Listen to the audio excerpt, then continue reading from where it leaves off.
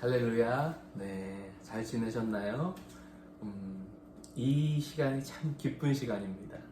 하나님의 말씀을 듣고 함께 그 받은 은혜를 같이 나누면서 또 저도 은혜를 받는 그런 귀한 시간인 것 같아요. 하나님 참 이 시간 기뻐하실 줄로 믿습니다. 제가 설교를 또 나눌 텐데요. 제가 기도하고 시작하도록 하겠습니다. 하나님 감사드립니다. 하나님의 말씀을 나눈다는 것, 이것이 얼마나 영광스러운 일이고 기쁜 일인지 이 시간 고백합니다. 말씀을 함께 듣는 우리 성도님들도 하나님 동일한 은혜로 축복하여 주시고, 또 이 하나님의 말씀으로 세워져 가는 삶, 하나님의 말씀이 정말 우리의 삶 가운데 이루어지는 삶 살아가게 하여 주시옵소서. 감사드리며 예수님의 이름으로 간절히 기도드립니다. 아멘. 제가 예전에 이제 알래스카에서 한 6년간 선교사로 살았는데요. 사역을 했었는데, 그때 이제 눈이 많이 오잖아요. 알래스카는. 그러면 저희 아이들이랑 나가서 눈사람을 만들곤 했습니다. 애들이 이렇게 조그맣게 만들죠. 되게 귀엽게 만들어요. 그리고 사람 형상도 아닌 것이 이제 좀 그렇게 만들었습니다. 네. 그때 제가 이제 늘 그 눈사람을 보면서 이렇게 얘기했어요. 하나님, 우리가 눈사람 너희가 만든 것처럼 하나님께서 우리를 만드신 거야. 하나님의 형상대로 우리 그 흙으로 코에 생기를 넣으셔서 이렇게 만드셨어. 이렇게 얘기를 하곤 했습니다. 저와 여러분은 하나님의 형상대로 지음받은 존재인 것입니다. 여러분 믿으시죠? 그래서 우리는 하나님의 형상을 이제 닮아가려, 하나님의 형상을 회복하는, 원래 지음받은 대로 지금은 죄로 인해 어그러진 모습이라면 하나님의 형상을 회복하는 대로 살아가야 한다는, 목적을 두고 살아가야 한다는 거예요. 근데 그 하나님의 형상의 최종 우리의 목적은 예수 그리스도입니다. 예수 그리스도를 닮은 그 모습이 우리의 최종 그 모습이 되어야 한다는. 근데 이제 오늘 본문은 예레미야 18장 1절부터 11절까지 말씀인데요. 이 말씀에서 하나님이 우리를 하나님의 형상대로 지으신 그런 내용을 마치 하나님께서 토기장이시고 우리는 진흙이다 라는 그런 비유로 말씀하시는 부분이 있습니다. 제가 우선 이 예레미야 오늘 본문의 이제 시대 배경을 말씀드리면요. 여러분 다 아시죠? 이스라엘이 이제 북이스라엘과 남유다로 분열 왕국이 되었죠. 그 이후에 솔로몬 이후에 그렇게 됐죠. 여로보암과 르호보암에 의해서. 여로보암은 이제 솔로몬의 어떤 부하였는데 쿠데타를 일으킨 거죠. 그리고 솔로몬의 아들 르호보암은 남유다의 왕이 됐습니다. 그래서 다윗의 그 계보는 남유다로 이어져 가죠. 그래서 북이스라엘과 남유다의 분열 왕국 시대에 이제는 남유다의 왕이었던 여호야김이라고 있었어요. 그의 통치 기간 첫 3년 이내에 어느 때에 하나님께서는 예레미야 선지자를 통해서 남유다 유다 백성들에게 심판이 임박했음을 말씀하고 있는 내용이에요.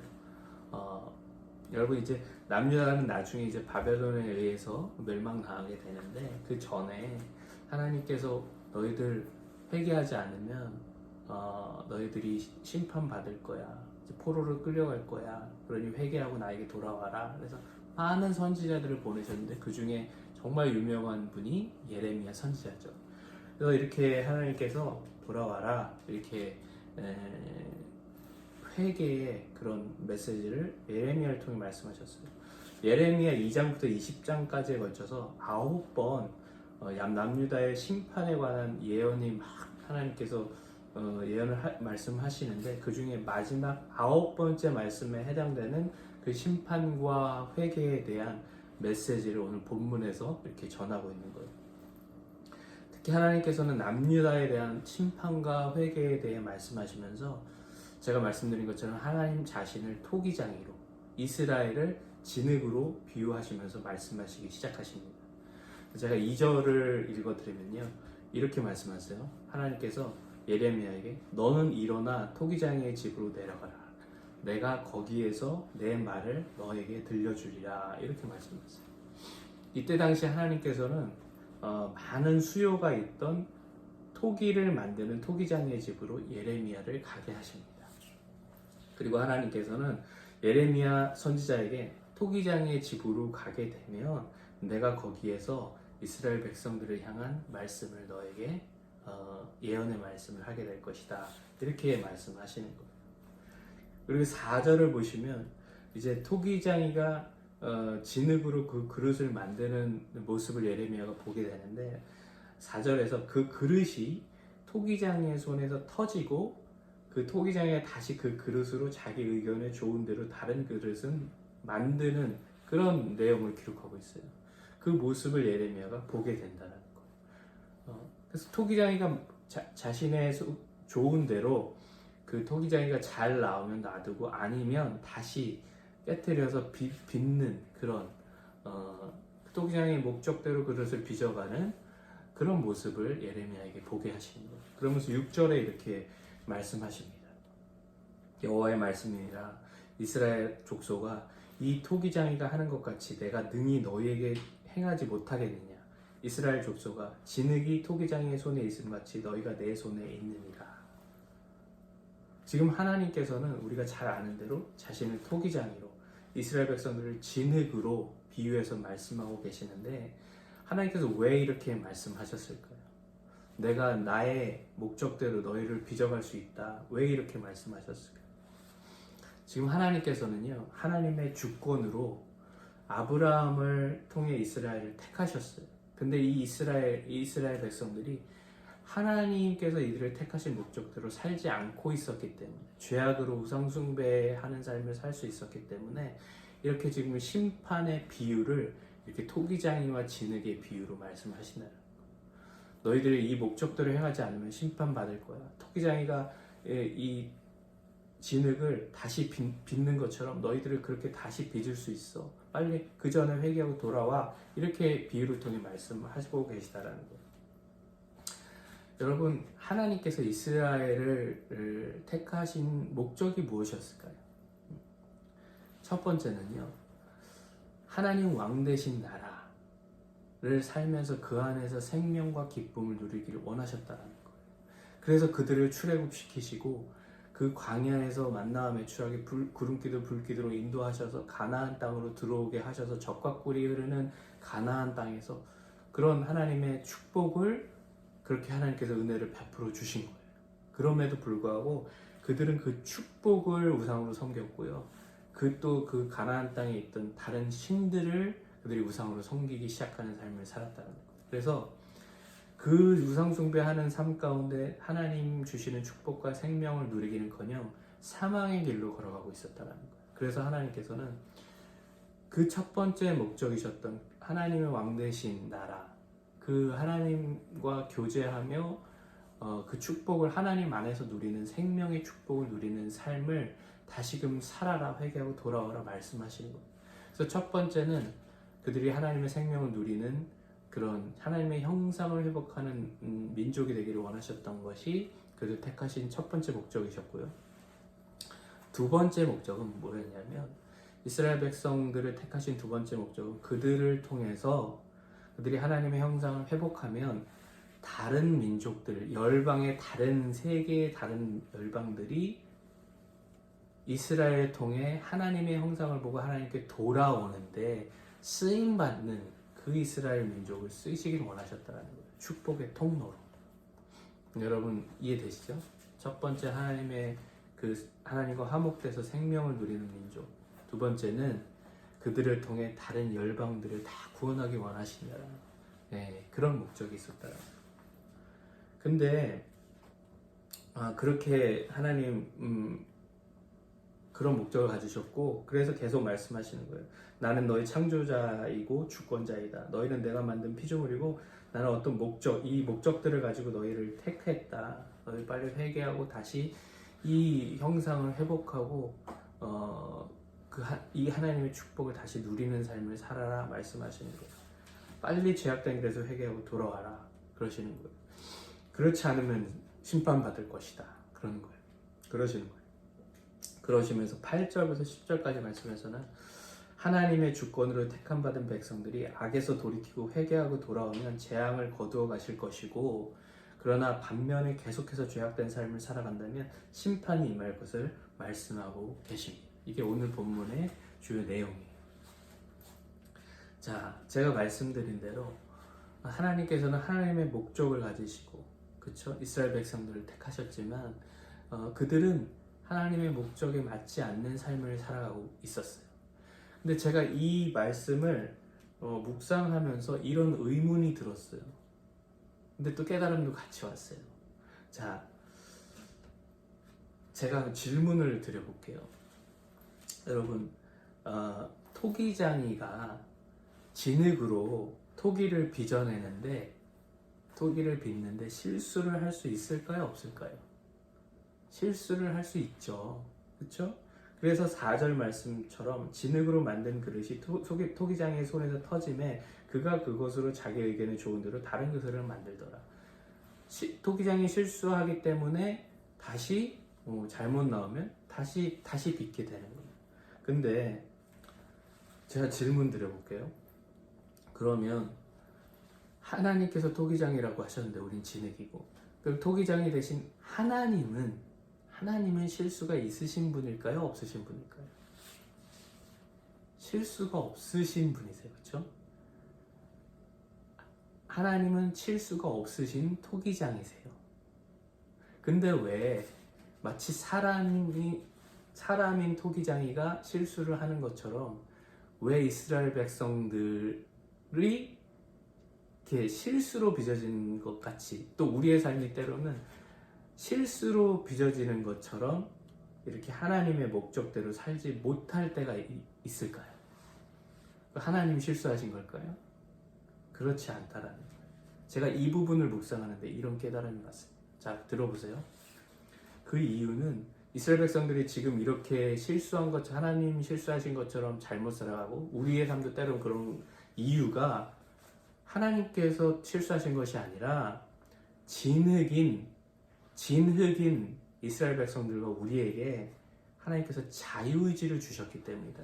자유의지.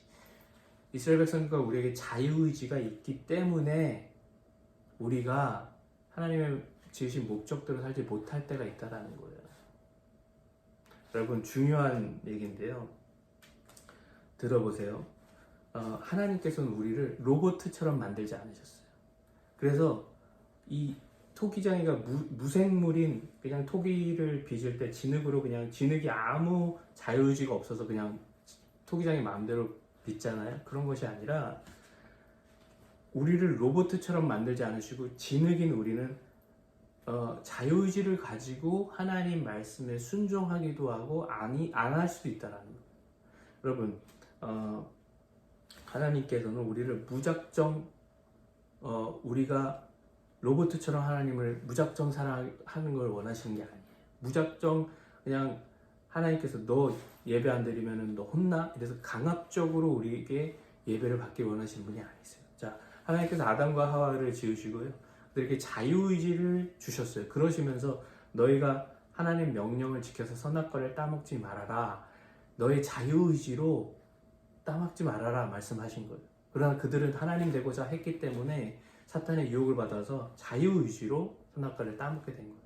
하나님께서는요, 우리가 자유의지를 가지고 하나님을 진정한 마음으로 순종하고 섬기고 사랑하기를 원하세요. 우리의 마음으로 하나님을 사랑하기를 원하시지, 강압적으로 내가 로봇처럼 하나님을 사랑하고 로봇처럼 예배받기를 원하지 않으신다라는 거예요. 여러분, 이해되시죠? 하나님 우리를 인격적으로 존중하세요. 우리의 자유의지를 통해서 예배받기를 원하세요.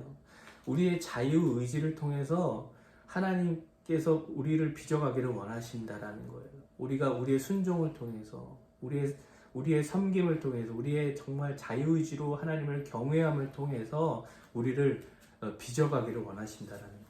이것이 진정한 하나님께서 우리에게 원하시는 하나님과 우리의 관계라는 거예요. 관계.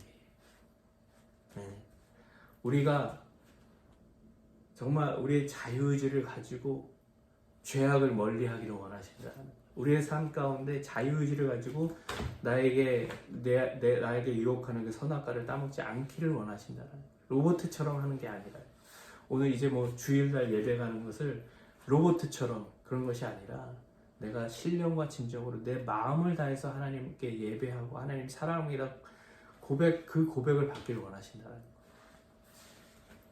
그렇기 때문에 우리 가운데서 자유의지와 우리의 죄악들과 하나님보다 세상을 더 사랑하는 우상숭배 때문에 우리가 그 토기로 빚어져 갈 때 때로는 구멍도 나고 어그러지기도 한다라는 거예요. 하나님의 실수가 아니라 우리 때문에, 우리의 죄 때문에, 우리의 자유의지 때문에.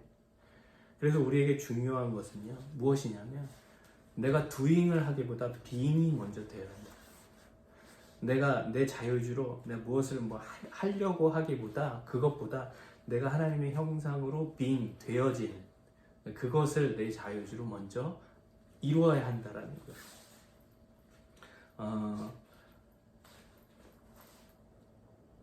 우리 안에 깨어지고 부서지고 회복되어져야 할 모습, 주님을 닮지 않은 모습들이 있다면 하나님께 부르짖어야 합니다. 나의 자유의지로 하나님 나는 할 수 없습니다 고백해야 한다는 거. 나의 자유의지를 하나님께 다 드려야 한다는 거예요. 성령, 그러니까 내가 뭘 하려고 하는 것이 아니라 내 모든 자아를 내려놓고요. 하나님께서 나를 빚어가기를 원하십니다라고 순종할 때에 내가 나의 자유의지를 하나님께 내려놓을 때에 하나님께서 우리를 빚어갈 수 있다는 거예요. 그것이 진정한 순종이에요. 그럴 때 하나님께서 원하시는 형상, 예수 그리스도를 닮아가는 모습이 되어줄 수 있다는 거예요. 여러분 그 베드로가 있죠. 베드로야말로 정말 나중에 어그러진 이 토기에서 나중에 잘 빚어진 그 토기가 될 수 있었어요. 베드로는요, 제가 베드로 참 좋아요. 왜냐하면 인간적이고 솔직하고 꾸밈이 없었기 때문에 그래요.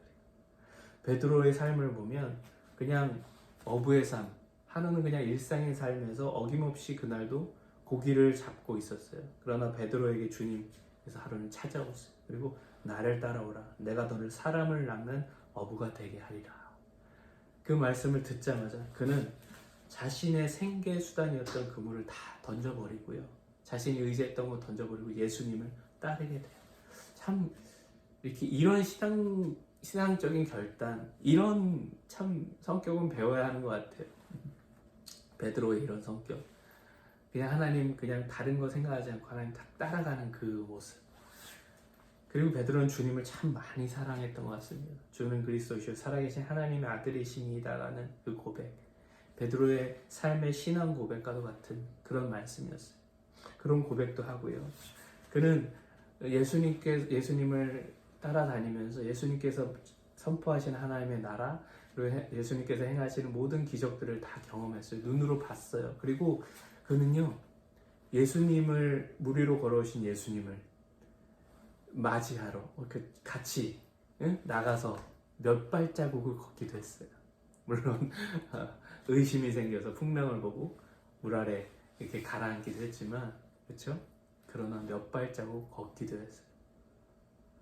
그 정도로 이제 베드로는 아주 예수님을 따르는데 열정이, 그리고 자기 생명까지 버릴 수 있었던 그런 사람이었어요. 그러나 예수님께서 붙잡히시고요, 자신이 진짜 죽게 될 그런 상황이 오자 예수님이 3번이나 부인하게 돼요.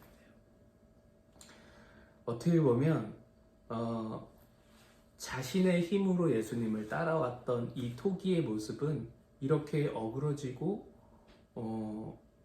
내 힘으로 내 열정으로 뭘 하려고 했을 때 더 어그러지고 구멍나는, 예수님을 3번이나 부인하고 저주까지 하는 그런 토기의 모습이 됐다라는 거예요.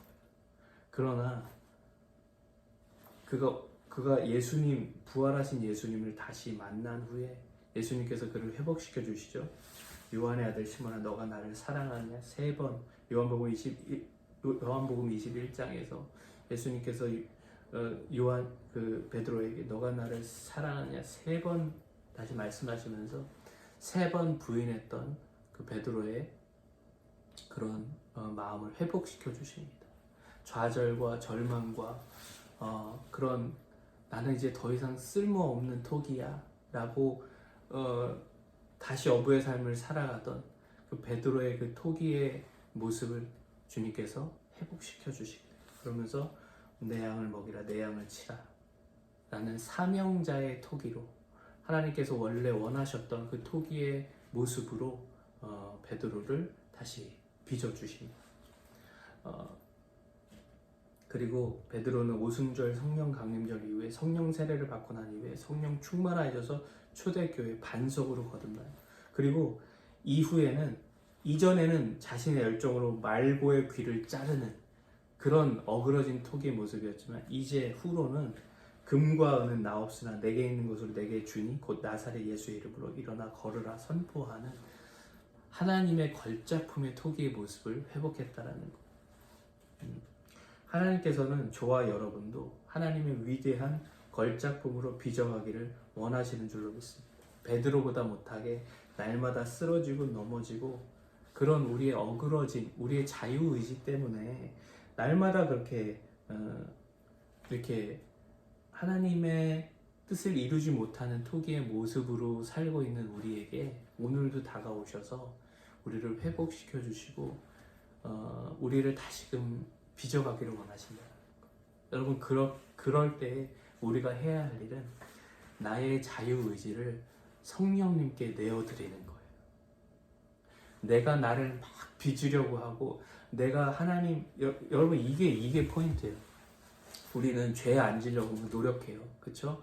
내가 거룩해지려고 노력해요. 그게 너무 좋은 마음이에요. 근데 그 자유의지도 좋습니다. 그러나 그것을 다 하나님께, 성령님께 다 내어드릴 때 하나님께서 우리를 정말 그 모습으로 예수 그리스도 형상으로 빚어가게 될 줄로 믿습니다. 내가 내 자유의지로 막 힘내서 하는 게 아니라 내 자유의지를 성령님께 맡겨보세요. 내려놔 보세요.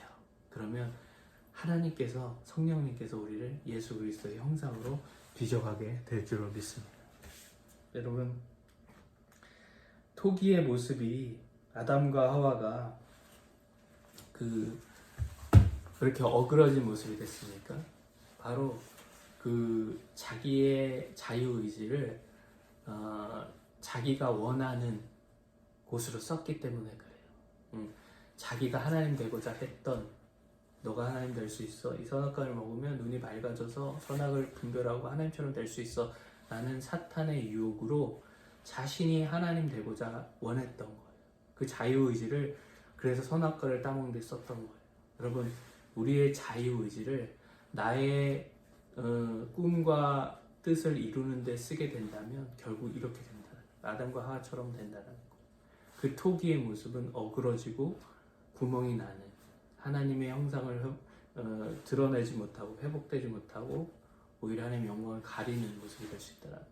중요한 건 내가 자유의지로 하나님께 순종하는 거예요. 내 자유의지를 하나님께 드리는 거예요.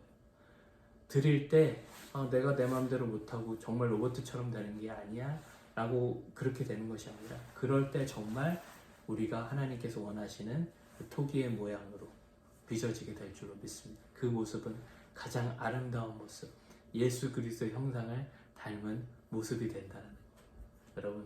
여러분 자유의지로 여러분의 삶을 하나님께 드리시고 순종하시고 또 예수님 닮은 그런 모습으로 살아가시기를 주님의 이름으로 간절히 축원합니다. 감사합니다. 할렐루야.